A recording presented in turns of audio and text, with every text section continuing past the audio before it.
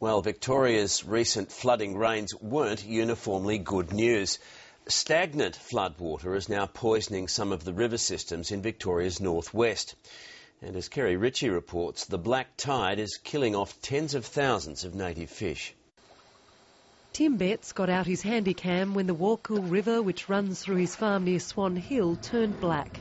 He'd noticed hundreds of small fish with their mouths out of the water, gasping for oxygen. But he was devastated when big ones started floating to the surface. You know, it was like you're in the middle of your worst nightmare. They're floating and lined the banks, and, you know, not only the fish, but the shrimps and the crustaceans just lined the bank.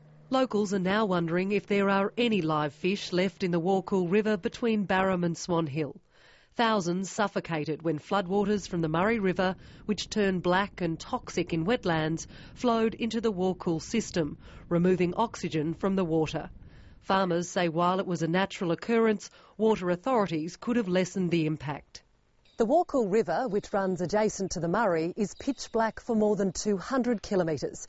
Locals say they pleaded with the Murray-Darling Basin Authority to quickly release some of its environmental water, but instead it waited until it was too late. The MDBA have got a huge parcel of environmental water there already, and the simple fact was nobody was prepared to release it. Tracy Ford's family usually showers and washes up in water from the Warkall. We can't do that. It's just toxic. It's like black oil. It smells and everything's dying in it, so there's no way we're going to wash in it. Tim Betts brought a ute load of dead fish over from his farm to show locals at Barham.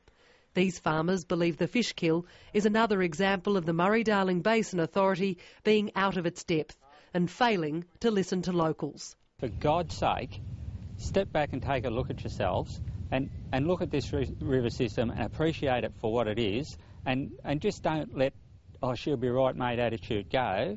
The Murray-Darling Basin Authority says it did act on locals' concerns and sent water down the Warkall, but it took at least a week to reach the worst area. Kerry Ritchie, ABC News, Barham.